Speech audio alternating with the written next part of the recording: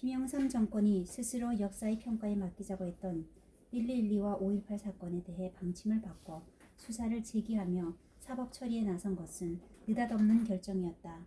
사전에 아무런 정치적 법적 검토와 준비가 없었던 것이다. 5.18 특별법 제정이 헌법 규정에 어긋난다는 지적이 있자 부랴부랴 헌법을 개정한다고 했다가 개헌이 현실적으로 불가능하다는 판단이 서자 이번에는 위헌 시비에도 불구하고 소급 입법을 강행하기로 하는 등 갈팡질팡했던 사실만 보더라도 김영삼 대통령의 만용이라고 할 무모한 독단의 산물임을 알 수 있다. 노태우 비자금 사건이 터져 자신이 노태우 대통령한테서 받은 자금까지 추궁당할지 모르는 궁지에 몰리자 비상탈출 수단으로 삼은 것이 5.18 특별법 제정인 것이다. 정치부 기자들은 김영삼의 이러한 정치 행태를 두고 정치 구단이니 승부사 기질이라고 논평하기도 하는데 역사적 가치 판단을 배제한다면 정치꾼으로서는 탁월한 능력을 보여줬다고 할 수 있을 것이다. 어쨌든 김영삼 정권은 5.18 특별법 제정과 나의 구속이 정치 보복극이라는 국내외의 비판에 직면하자 다시 한번 정치 구단의 수완을 발휘한 것이 나에 대한 느닷없는 정치자금 수사 착수였다. 내가 구속 수감된 다음 날인 1995년 12월 4일 신문들은 서울지검 고위 관계자가 전두환 전 대통령의 집에 왜 사람들이 모이는지 곧 그 이유를 알게 될 것이라고 말한 것으로 보도했다. 신문들은 그 말이 검찰이 1212와 5.18 사건뿐만 아니라 정치자금 문제로도 수사에 손길을 뻗치고 있다는 사실을 시사한 것으로 풀이했다. 이 발언의 의도는 말하자면 사람들이 나를 찾아오는 목적이 자금 지원을 받기 위한 것이라는 인식을 갖도록 하는 것이었다. 5.18 특별법 입법 강행에 대한 국내외의 비난 여론을 호도하고 나를 도덕적으로 흠집내려는 의도를 드러낸 것이다. 12월 9일 서울지검장 최환은 나의 비자금에 대한 수사가 진행 중이라는 사실을 밝혔다. 검찰은 다음 날인 10일부터는 대기업 총수들을 상대로 조사에 착수했는데 검찰 청사가 아닌 하얏트 호텔 등에서 조사가 진행됐다고 했다. 검찰이 원하는 답변을 얻어내기 위해 재벌들을 언론에 노출되지 않도록 하는 등 특별 배려를 한 셈이다. 아울러 은행 등 금융기관을 상대로 계좌 추적 작업도 벌였는데 뒤에 다시 언급하겠지만 12월 16일 나와 관련된 것으로 보이는 180여 개의 계좌에 대한 압수수색 영장을 청구하면서 최규하 전 대통령 영부인 홍기 여사의 계좌를 끼워넣기까지 했다. 홍기 여사의 동의를 받지 않았으면 물론 영장 발부 판사에게도 그 사실을 숨겼다. 노태우 전 대통령이 1995년 11월 구속 기소된 것은 박계동 의원이 국회 본회의의 대정부 질문 때 은행의 입금 조회표를 증거물로 제시하며 노 전 대통령이 4천억 원을 은닉하고 있다고 폭로했기 때문이었다. 나중에 1212, 5.18과 관련된 피의 사실이 추가됐지만 그것은 5.18 특별법이 급하게 제정된 뒤의 일이었다. 노 전 대통령과 달리 나는 앞서 5.18 특별법에 따라 구속된 뒤 정치자금 수수를 뇌물로 간주해 추가 기소됐다. 김영삼 정권이 처음부터 나의 정치자금을 문제 삼으려고 했었는지는 알 수 없는 일이지만 일이 진행된 과정만을 놓고 볼 때에는 정치자금 문제는 나중에 덧붙여진 것으로 생각된다. 검찰은 정치자금에 관한 우리 현실 정치의 뿌리 깊은 관행을 완전히 도외시했다. 내가 대통령 재임 중에 받은 모든 헌금의 성격을 무조건 이권을 주고 그 대가로 받은 뇌물로 단정했다. 기업인들이 성금을 낼 때 대통령이 잘 봐주겠지 하는 기대 심리로 내거나 내지 않을 경우 불이익을 당할지도 모른다는 걱정 속에 헌금했을 수도 있기 때문에 대가성이 인정된다는 주장이었다. 검찰은 나와 관련된 정치자금 총액을 먼저 기소한 노태우 대통령의 정치자금 총액과 꽤 맞춰 나갔다. 5년간 재임한 노태우 대통령이 A기업으로부터 50억 원을 받았으니 7년 반을 재임한 전 대통령은 70억 원을 받았을 것 아니냐 하는 식으로 노 전 대통령이 모금한 총액, 추징할 금액 등을 고려해 나의 정치자금 총액을 맞춰 나간 것이다. 검찰은 또 안현태 전 경호실장 등이 나를 대신해 기업인들로부터 자금을 받은 사실을 시인했다며 진술서에 서명하라고 해서 나는 기억이 없음에도 안 실장 등이 거짓 진술을 할 리가 없다고 생각해 그대로 서명했는데 나중에 확인해보니 그런 진술을 한 일이 없다고 했다. 검사가 사수를 부린 것이었다. 뿐만 아니라 검찰은 5공화국 당시 기업으로부터 기탁받은 금액 전부를 비자금이라 규정하며 내가 그 많은 금액을 개인적으로 은닉한 것처럼 언론을 통해 흘렸는데 그러한 언론 보도는 매번 1212 재판이나 5.17, 5.18 재판이 열리기 하루 이틀 전에 나왔다. 나에 대한 사법 처리가 정치 재판이 아니라 비리 단죄라는 인식을 심기 위한 언론 플레이였다. 노 전 대통령에 이어 나 또한 2,205억 원이나 되는 엄청난 돈을 감춰놓았다는 보도를 접한 국민의 심정은 격앙될 수밖에 없었다. 법정에서는 내가 대통령 재임 중 기업으로부터 받은 헌금이 정치 자금이냐 아니면 뇌물이냐를 둘러싸고 검찰과 변호인 간에 치열한 논쟁이 벌어졌다. 검찰은 내가 대통령으로 재직하던 기간에 2,205억 원의 돈을 특정 이익을 약속해주고 기업인들로부터 받았다고 주장하면서 대가성이 인정된다며 뇌물이라고 몰아갔다. 나는 많은 기업으로부터 대통령, 집권 여당 총재로서 필요한 용처에 쓸 수 있도록 지원받아 정치 자금으로 사용했을 뿐 특정 기업에게 이권을 주고 후원받은 것이 아니었다는 점을 강조했다. 그러자 검찰은 내가 받은 정치 자금이 대가성 있는 뇌물이라고 규정하기 위해 수십 명의 기업인이 돈을 건넨 이유를 공여 취지의 유형 1. 금융, 세제 운용 등 기업 경영과 관련된 직무를 수행함에 있어서 다른 경쟁 기업보다 우대하거나 최소한 불이익이 없도록 선처하여 달라는 취지. 공여 취지의 유형 2. 정부 또는 정부투자기관 등이 발주하는 각종 국책사업의 사업자 선정, 금융, 세제 운용 등 기업 경영과 관련된 직무를 수행함에 있어서 다른 경쟁 기업보다 우대하거나 최소한 불이익이 없도록 선처하여 달라는 취지라는 모호한 개념을 만들어내 이른바 포괄적 뇌물이라고 한 것이다. 서로 경쟁 관계일 수밖에 없는 수십 명의 기업인이 모두 잘 봐달라는 뜻으로 돈을 건넸다면 나는 잘 봐줄 생각이 있는 기업인한테서만 받아야 하는 것 아닌가. 잘 봐달라는 취지의 돈을 건네지 않은 기업에 대해서는 상대적으로 불이익을 줬어야 검찰의 주장이 일말의 설득력이라도 가질 수 있다. 그런데 나는 정치의 자금을 내지 않았다는 이유로 어떤 기업인에게도 불이익을 준 일이 없다. 구제금융을 받은 처지이면서도 방만한 자금 운영을 하다가 경영권을 박탈당한 국제그룹 사건이 정치 자금을 내지 않아 괘씸죄에 걸린 대표적인 사례라는 주장이 있었지만 내용을 아는 재계에서는 아무도 그 주장에 동의하지 않았고 국제그룹 총수는 동정조차 받지 못했다.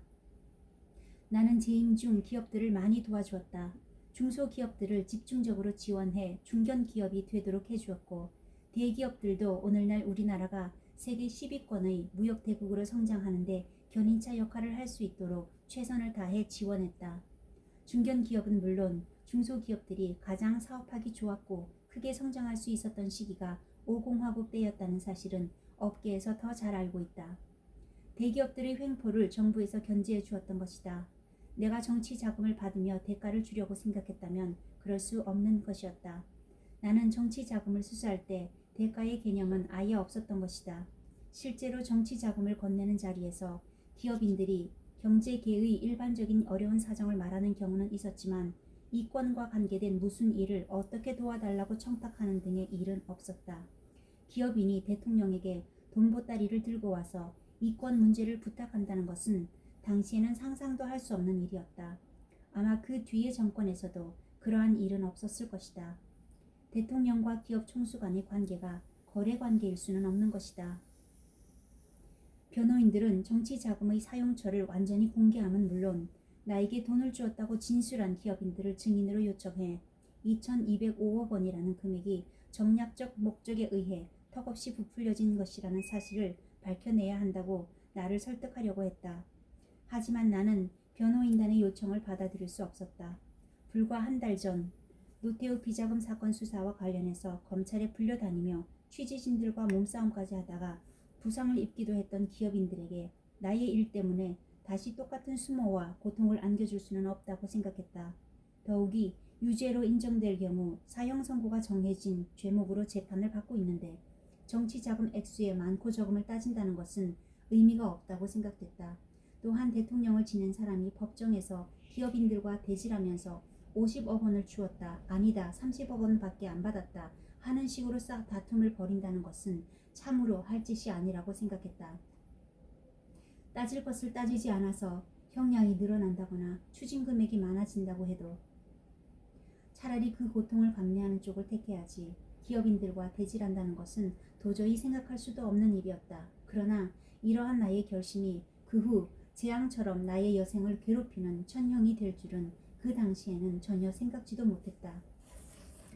또한 내가 받은 정치 자금이 대가성이 없었다는 사실을 증명하려면 이미 계좌번호까지 확보된 노 전 대통령의 경우와는 달리 나의 경우는 기업을 상대로 다시 철저한 조사가 진행되어야 한다. 조사가 진행되는 동안 우리나라 유수의 대기업이란 대기업 전부를 대상으로 7년 반 동안의 모든 회계장부가 압류되고 기업인들은 출국 정지를 당하고 금융거래가 제한을 받게 될 텐데 그렇게 되면 개별 기업들이 어려움을 겪게 되는 것은 물론 국가 경제 전반에 막대한 악영향을 주게 되는 것이다. 나 혼자 고통을 감수함으로써 국가 경제에 미칠 악영향을 막을 수 있다면 그 길을 택해야 한다고 생각했다. 그 즈음 나는 위헌 요소를 간과한 채 특별법을 소급해서 만든 김영삼 대통령에 항의하기 위해 28일간의 단식을 강행한 후였다. 사형을 강구하고 있는 마당에 부풀려진 정치자금 액수를 줄여보겠다고 기업인들과 다퉈야 한다는 것이 여간 자존심이 상하는 것이 아니었다. 더구나 당시 김영삼 정권이 취하고 있는 행태에 비추어 기업인들을 어려움에 빠뜨려 가면서까지 검찰과 다툰다 해도 결과는 결코 달라지지 않을 것이라는 판단도 있었다. 변호인들은 내 말에 수긍을 하면서도 만약 법정에서 2,205억 원이 뇌물로 인정되어 버리면 그 금액을 즉시 추징하려 할 텐데 그 엄청난 금액을 어떻게 납부할 수 있겠느냐는 걱정이었다. 그때 변호인들의 그러한 우려가 결코 기우가 아니었음을 깨닫는 데에는 오랜 세월이 걸리지 않았다. 나는 당시 변호인들에게 김영삼 대통령은 정략적인 필요 때문에 560 세력을 제거하기 위해 5.18 특별법까지 만들었지만 재판부만은 내가 받은 헌금의 대부분이 정치자금으로 사용됐다는 사실을 확인할 수 있을 테고 뇌물로 받았다는 그런 비합리적인 판단은 절대로 하지 않을 것이니 걱정하지 말라고 했는데 놀랍게도 나에게는 사형 선고와 함께 재임 중 사용한 정치자금 전체를 변상하라는 선고가 떨어지고 말았던 것이다. 당시의 정치 현실이나 수십 년간의 관행 등에 비추어 생각할 수도 없는 결과였다. 지금 돌이켜 생각해보면 나의 정치자금 문제는 그로 인해 지금까지 내가 당해온 과정과 결말 모두가 피할 수 없는 것이었음을 깨닫게 된다.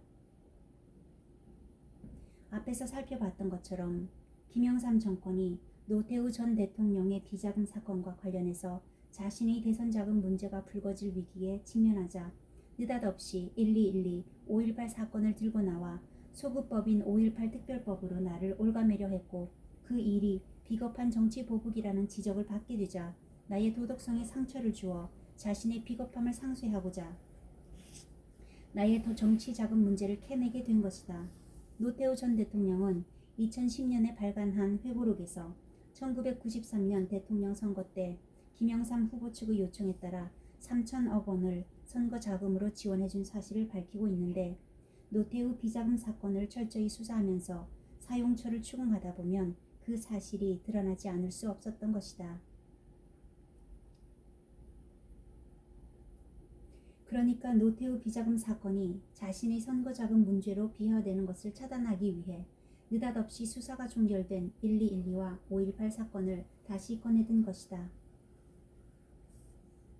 이제 상세히 설명하겠지만 어쨌거나 내가 대통령 재임 중 정치자금을 거두어 사용한 것이 사실이고 과거에는 관행이었던 정치자금 모금에 대해 포괄적 뇌물수수라는 새로운 판례가 만들어졌고 또 내가 퇴임하면서 남은 정치자금을 갖고 나온 것도 사실인 만큼 지금까지 내가 정치자금 문제로 겪었던 모든 일의 책임이 나에게 있고 그 허물은 다른 누구도 아닌 나의 잘못임을 통절히 반성하게 된다. 내가 기업인들한테 정치 자금을 받은 시기는 1984년과 1987년에 집중되어 있는데 그것은 1985년 2월의 국회의원 총선거와 1987년 12월의 13대 대통령 선거에 막대한 자금이 소요되었기 때문이었다.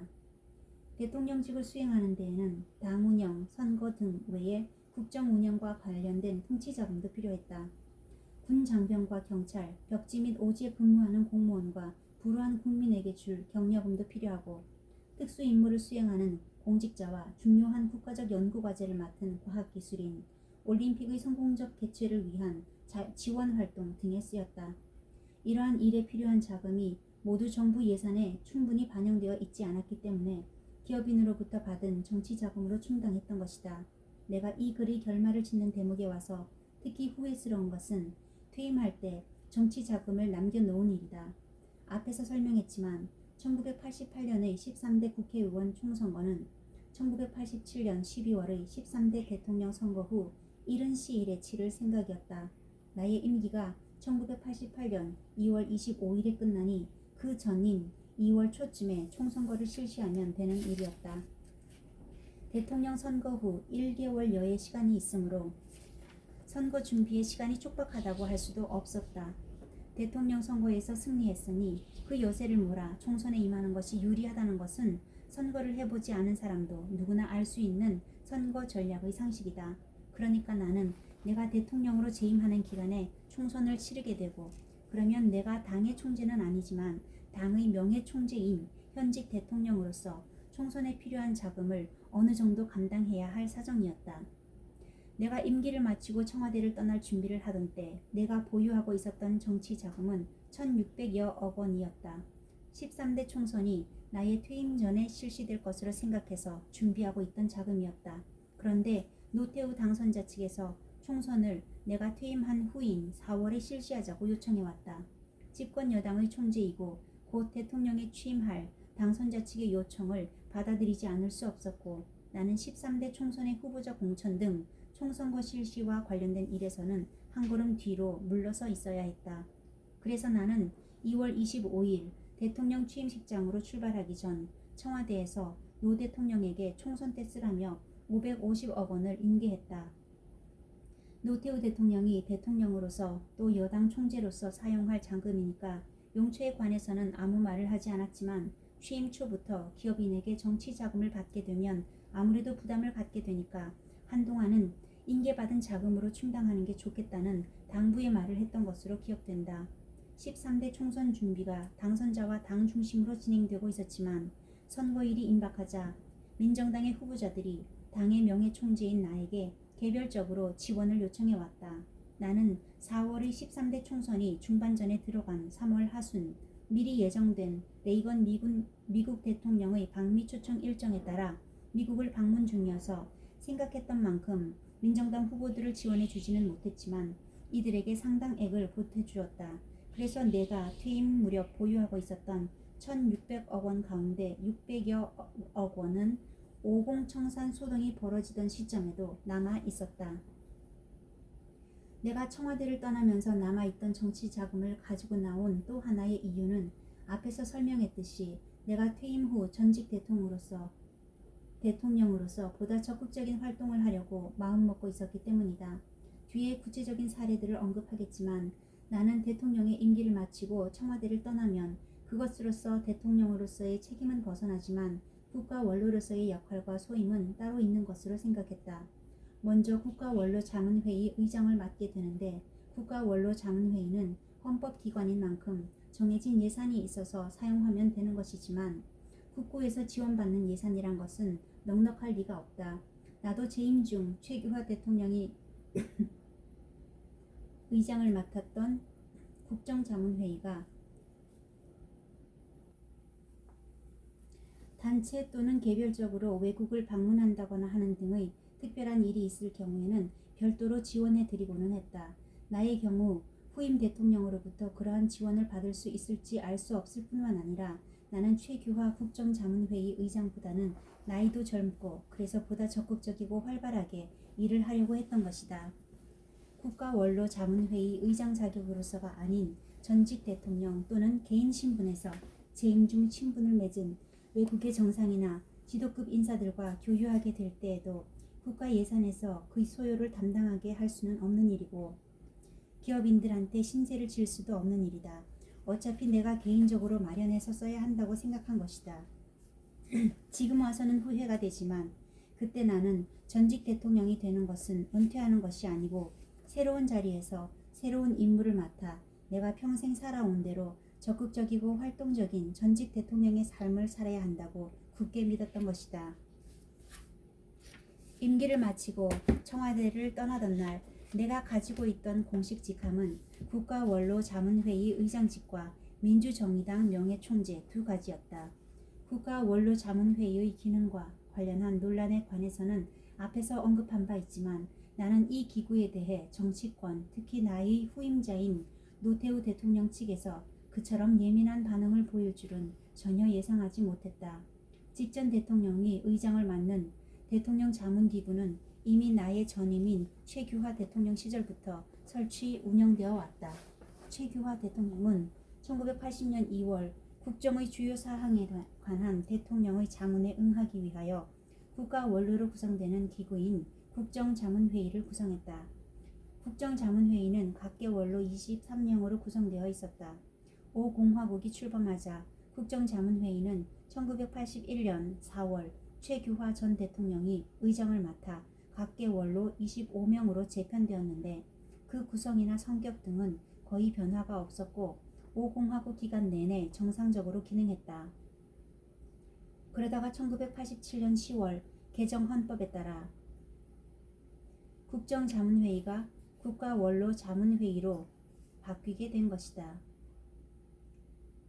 이때 명칭이 바뀌고 사무처 정원이 다소 늘어났지만 종전까지 대통령 비서실의 지원을 받다가 독립기구로 발족하게 됨에 따라 새로 일반 사무직과 보조 직원이 충원된 데 따른 증언이었다. 주요 정책사항에 관해 정부가 보고를 하도록 하는 등 기능이 강화됐는데 기본적으로는 대통령이 자문을 요청하는 경우 의견을 내는 것이 주요 기능이어서 권력 행사와는 거리가 먼 자문기구에 불과한 것이었다. 마치 상황부 같다고 하는 등의 비판이 있었는데 의장을 맡게 된 나를 정치적으로 무력화시키려는 의도에서 나온 얘기였을 뿐이다. 훗날 실제로 그렇게 되었듯이 이 기구의 의장인 직전 대통령과 현직 대통령이 반대당 소속이거나 정적일 경우가 얼마든지 있을 수 있는데 그런 상황에서 자문기구의 의장이 상황 행세를 하려고 할 것이라는 주장은 시비를 걸기 위한 시비였던 것이다. 어쨌거나 내가 국가원로자문회의의 기능과 그리고 이 기구의 의장을 맡게 되는 나의 역할에 관해 시비 논란이 일어날 것이라는 점까지 생각하지 못했던 것은 나의 불찰이었다. 내가 대통령이 취임해서 처음 대통령직을 수행하기 시작했을 때 나는 의욕에 넘쳐 참 겁이 없었다는 생각이 든다. 정치 자금에 대한 오랜 관행을 깨려 했으니 말이다. 나는 자립정당을 꿈꿨던 것이다. 그러나 그러한 나의 무모한 시도는 겨우 2년을 넘기지 못하고 깨졌다. 의욕은 좋았지만 그 당시 여건에선 무리였던 것이다. 국정을 운영하고 당을 운영해야 하는 입장에서 선거를 치르는데 적지 않은 자금이 소요된다는 것을 알게 되었고 또 선거에서 반드시 승리하기를 원했기 때문에 나는 차선책을 찾아내야 했다. 청와대로 정치자금 창구를 단일화함으로써 정치 비용을 줄여보려 한 것이다. 그때의 그 선택이 내가 정치자금에 대한 무한 책임을 지게 된 단초가 되었으니 누구를 원망할 수도 없는 일이다. 취임 초 내가 정치자금과 관련해 갖고 있던 구상을 변호인과 주고받는 신문과 답변의 기회를 이용해 설명한 법정 진술이 있어 여기 소개하려 한다.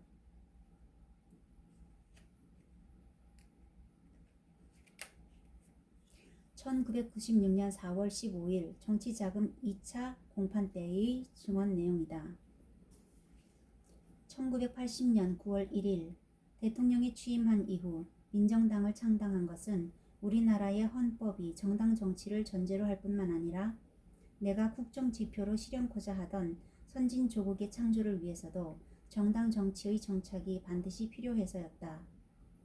민정당 창당에서 가장 역점을 두었던 것이 과거 정당의 병폐인 특정 인물 중심의 파벌 정당으로부터 벗어나 남북 통일에 대비 북한 노동당을 이길 수 있는 자유민주주의를 기본 이념으로 하는 강력한 이념 정당을 창당하는 것이었다.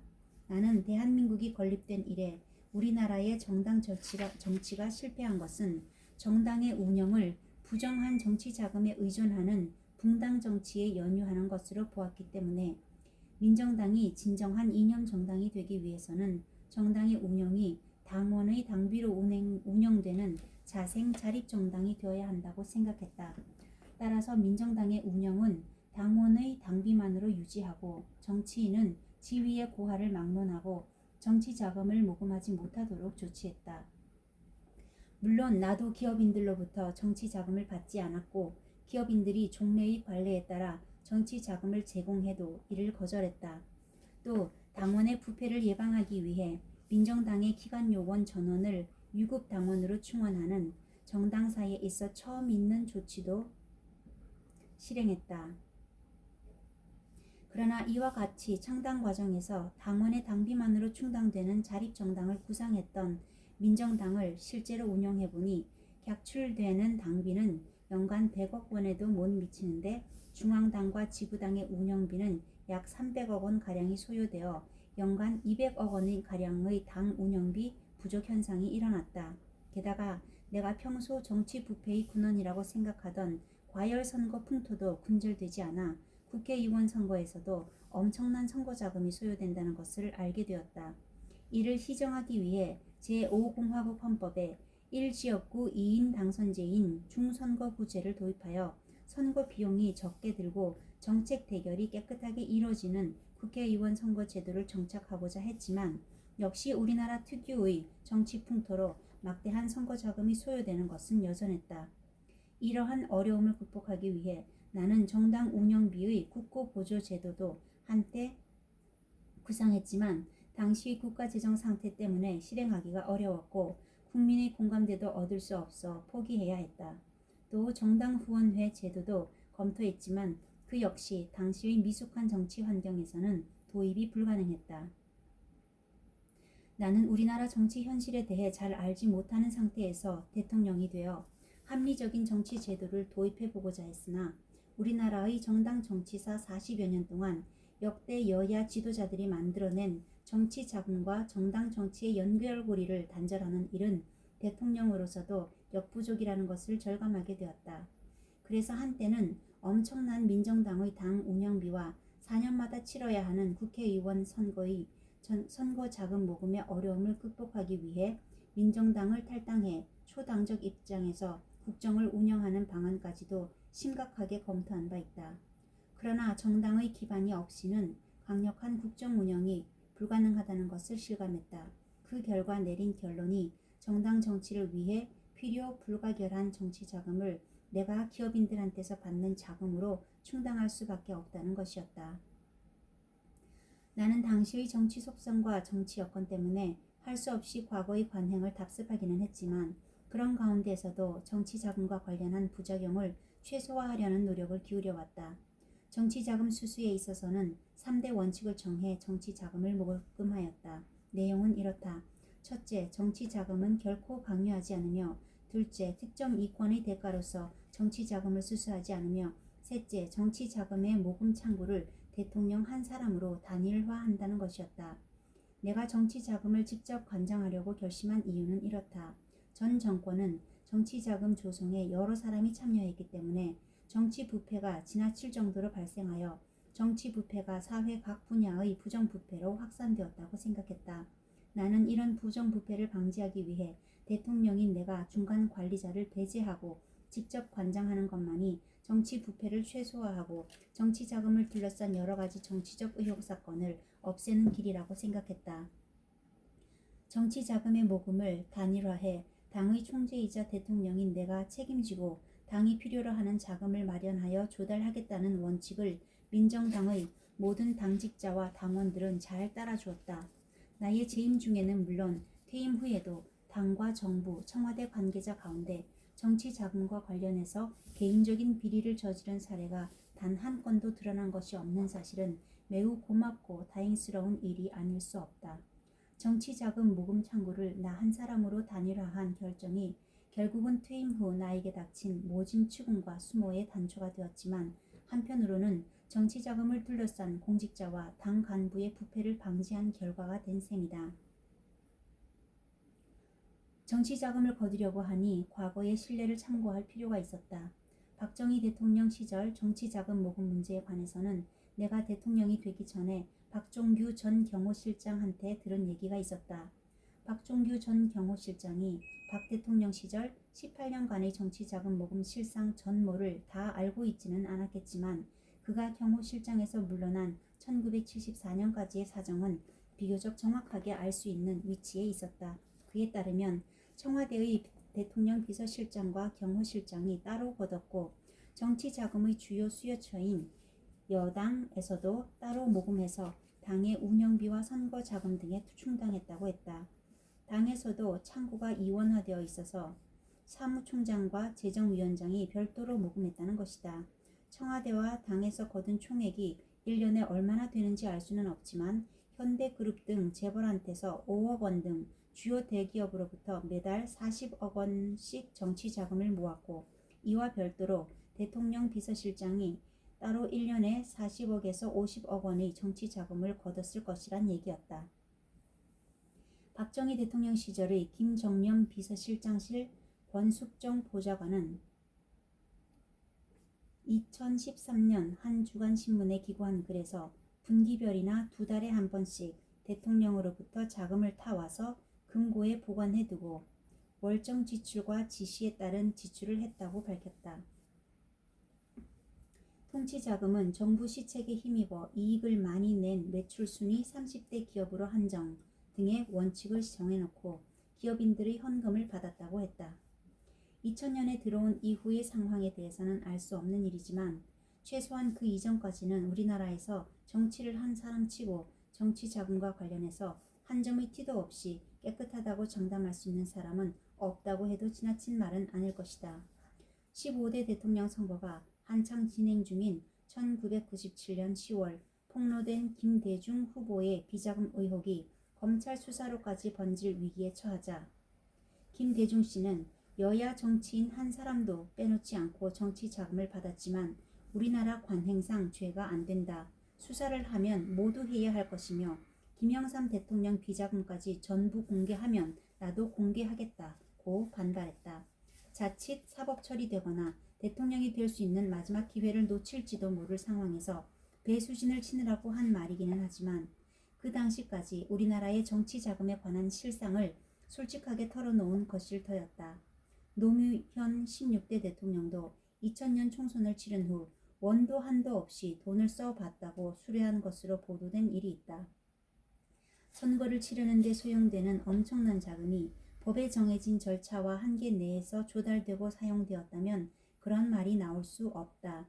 노무현 전 대통령의 그 말은 2000년대의 선거에서도 정도의 문제일 뿐 떳떳하지 못한 정치 자금에 수수가 있었다는 얘기일 것이다.